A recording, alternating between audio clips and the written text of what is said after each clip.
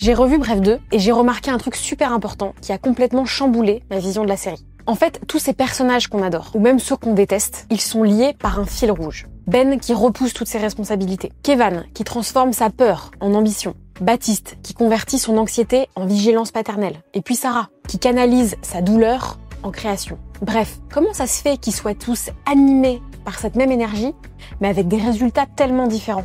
Et si, en fait, cette boule au ventre qui t'oppresse, elle pouvait en fait devenir comme un simple signal que tu peux gérer sans qu'il te mette KO. Et figure-toi que j'ai fouillé dans des études sur le sujet et j'ai trouvé des trucs vraiment très intéressants pour t'aider. Et comme pour les personnages de Bref, on va trouver une solution pour canaliser et gérer cette énergie, le stress.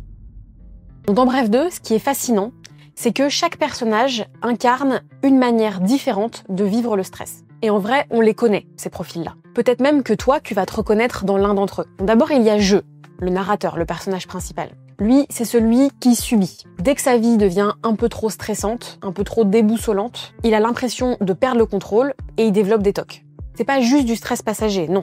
Lui, il s'enferme complètement dedans. Il évite ce qui le stresse. Il se réfugie dans des rituels. Il essaye de garder la main sur tout ce qu'il peut encore contrôler. Et forcément, plus il évite, plus ça s'empire. Et c'est la spirale infernale que beaucoup d'entre nous connaissent. Plus on stresse, plus on va éviter ce qui nous stresse, et plus on fait ça, plus on a peur de tout, et plus on stresse encore et encore. Et à l'opposé, il y a Kevan. Lui, il fait un truc assez fou, il prend son stress et il le transforme en ambition. Tu te souviens de l'histoire du siège avant? Le mec stresse à l'idée de se faire doubler constamment. Et du coup, au lieu de se laisser bouffer, il utilise cette peur comme un moteur. Il devient carriériste. Il veut prouver qu'il réussit, qu'il gère. Lui, c'est l'archétype du stress performeur. Celui qui transforme son anxiété en action, en réussite. Et là, peut-être que tu te dis « Ah ouais, il vaut mieux être comme Kevan que comme son frère ». Mais en vrai, c'est pas si simple. Parce que dans les deux cas, il y a du stress. Dans les deux cas, il y a de la souffrance.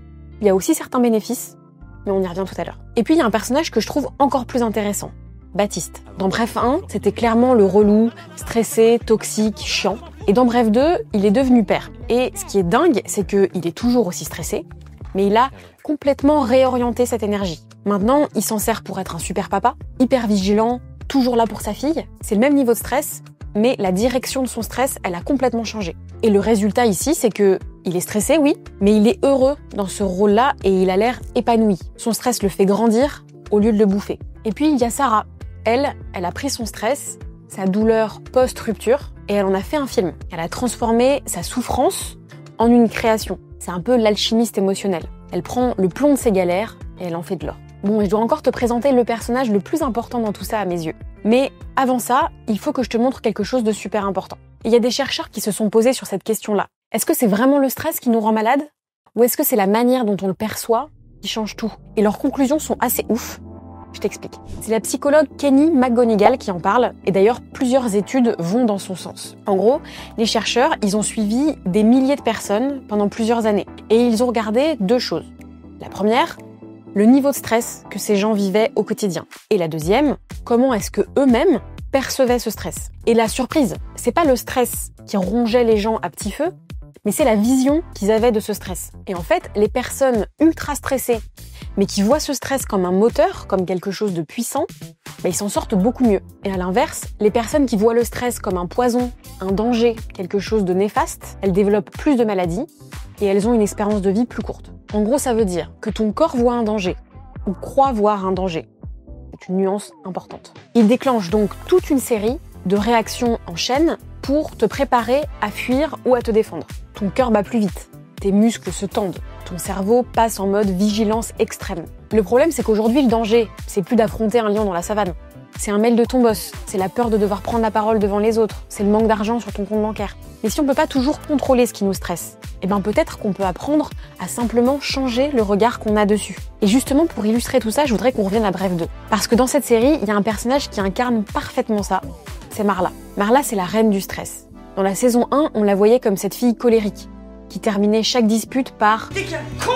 vivait une relation déséquilibrée et qui canalisait sa frustration dans des figurines en pâte à sel au lieu de dire ce qu'elle ressentait vraiment aux personnes concernées. Et puis boum, dans la saison 2, elle réapparaît métamorphosée. Au lieu de se laisser détruire par sa rupture amoureuse avec Jeu, elle a complètement réinventé sa façon d'aimer. Son stress relationnel, sa peur d'être blessée, elle en a fait un super pouvoir. Elle a transformé cette énergie anxieuse en une relation polyamoureuse hyper épanouissante. Et même dans ses relations existantes, elle a su rester assez lucide pour aider donc le narrateur, à voir ses propres erreurs sans rancœur, alors qu'il avait été super dur avec elle quand elle avait évoqué le fait d'avoir une relation ouverte à l'époque. Alors là, c'est la première à le soutenir quand il veut changer. La première à le pousser à l'action après son besoin de changer, justement. Et tout ça sans jamais repousser son grand caractère qui fait toute sa force. Parce que ce que Bref 2 nous montre, au fond, c'est un truc essentiel. Le problème, c'est pas tant d'être stressé. C'est ce qu'on choisit de faire de ce stress. C'est la direction que tu donnes à cette énergie qui change absolument tout. Est-ce que cette énergie, elle te détruit ou est-ce qu'elle te construit? Bon, maintenant qu'on sait tout ça, il faut que je te montre comment toi aussi, tu peux faire de ton stress quelque chose d'un petit peu plus positif, comme Marla. Bon, la bonne nouvelle, c'est que pour ça, on peut bosser sur 2 choses. Tout d'abord, soulager ton corps, et ensuite voir comment est-ce qu'on peut changer de regard sur ce qu'on est en train de vivre. Donc déjà, apaiser le corps. La première chose qui est super importante pour moi dans ce cas-là, c'est d'apprendre à vraiment bien respirer, de prendre des grandes inspirations, des grandes expirations. Parce que respirer en profondeur, ça envoie un vrai message de sécurité à ton système nerveux. Et ça, c'est tout ce qu'on veut faire quand on est stressé. Parce que je sais pas si t'as déjà fait attention à ça, mais quand t'es stressé, t'as l'impression que tu respires mal, et que tu respires mal à cause de ce stress. Alors qu'en fait, si tu te concentres un peu sur ta respiration, et que t'essayes de la canaliser, de l'apaiser, ça va avoir un impact direct sur ton stress. En fait, c'est 2 éléments, ton stress et ta respiration, qui sont complètement imbriqués et que tu peux essayer de venir moduler en travaillant sur l'un et sur l'autre. Un petit tips qui, moi, m'aide bien, qu'on peut pas faire partout, c'est vrai, mais c'est de chanter. Même chanter à voix basse, en fait, c'est tout bête, je sais pas si c'est prouvé scientifiquement, mais j'ai remarqué que ça aidait à canaliser sa respiration et surtout à penser à autre chose. Parce que quand tu chantes, t'es obligé de suivre des paroles. Idéalement, on prend une chanson dont tu connais les paroles. Et juste la fredonner, ça te permet de te forcer à avoir un souffle plus ample et plus constant. Et ça te permet de penser à autre chose. Ensuite, pour apaiser ton corps, il y a un truc qui est super important, que tu connais déjà très bien, c'est le fait de bouger. Va marcher, courir, nager, fais n'importe quoi, mais essaye d'évacuer toute cette énergie en trop quand t'es stressé. Et une autre chose que tu peux faire pour apaiser ton corps, c'est de revenir à l'instant présent en faisant des choses qui te font du bien, tout simplement. L'idée, c'est de faire quelque chose qui te fait plaisir sans avoir un objectif derrière. Par exemple, porter un pyjama en pilou, me faire un petit plat que j'aime bien et qui est réconfortant, parler à mes proches, regarder un petit film, ça peut être n'importe quoi d'autre. Donc ça, c'était pour la partie corporelle. Maintenant, tu peux te poser cette question. Et si mon stress, il essayait de me dire quelque chose? Peut-être que tu te sens stressé parce que tu t'apprêtes à faire quelque chose qui compte vraiment pour toi. Donc ce stress, quelque part, il t'aiderait à te concentrer, à canaliser ton énergie. Peut-être qu'à l'inverse, ton stress, il essaye de te dire qu'il y a quelque chose qui va pas, qui te convient pas. Donc qui t'aide à bouger, à changer quelque chose. Par exemple, si tu t'apprêtes à faire quelque chose qui compte vraiment pour toi. Ça peut être un projet dont tu rêves depuis très longtemps dans ta vie perso, par exemple. Ça peut être le fait de prendre la parole devant des clients ou des collègues. Si t'as à cœur de faire bien les choses parce que c'est important pour toi, peut-être que tu vas te sentir stressé juste parce que ton corps t'enverra le message de « Ok, c'est tellement important qu'il faut canaliser toute notre énergie pour être super performant. » Et ça veut pas dire que c'est négatif, que quelque chose ne va pas chez toi. Ça veut juste dire que ton corps essaye de canaliser tout ce qu'il faut pour que tu sois le ou la meilleure possible. Donc tu peux commencer simplement à tester cette bascule-là. Plutôt que de voir ton stress comme un ennemi, essaye de le voir simplement comme un signal, un message. Un message maladroit peut-être, mais un message quand même. Moi je me souviens par exemple, mon ancien manager, il me disait souvent avant une prise de parole importante devant les médias par exemple, je lui demandais s'il se sentait stressé et il me répondait toujours non. Je suis pas stressée, je suis concentrée. En fait, ça dépend vraiment de comment tu le vois. Moi je pense qu'à sa place je me serais dit oui, je me sens super stressée. Mais lui il le voyait juste comme un truc positif. Je ressens ce stress, mais c'est de la concentration, donc c'est du bon stress. Ça va m'aider à être le meilleur possible. D'ailleurs, je voudrais quand même faire une petite aparté ici. Si ton stress fait partie de ton quotidien, que tu te sens en mode survie H24, ce que je te partage là, ça va probablement pas suffire. Mais ça veut pas dire qu'il n'y a pas de solution. Au contraire. Parce que parfois, on vit dans un environnement où tout est source de danger ou d'instabilité. Le mieux à faire dans ces cas-là, quand on se rend compte que le stress devient une montagne au quotidien, c'est peut-être simplement de demander de l'aide. Et c'est super ok de demander de l'aide. La vérité, c'est qu'on vivra toujours du stress. La seule chose qui peut changer, c'est comment est-ce que toi, tu choisis de le vivre, ce stress. Alors la prochaine fois que tu sens ton cœur s'emballer, pose-toi simplement la question, et si c'était mon corps qui m'aidait à me préparer à ce qui m'arrive? C'est pas magique, ça va pas faire disparaître tous tes soucis, mais si ça peut t'aider à respirer un peu plus librement, c'est déjà génial. Bon.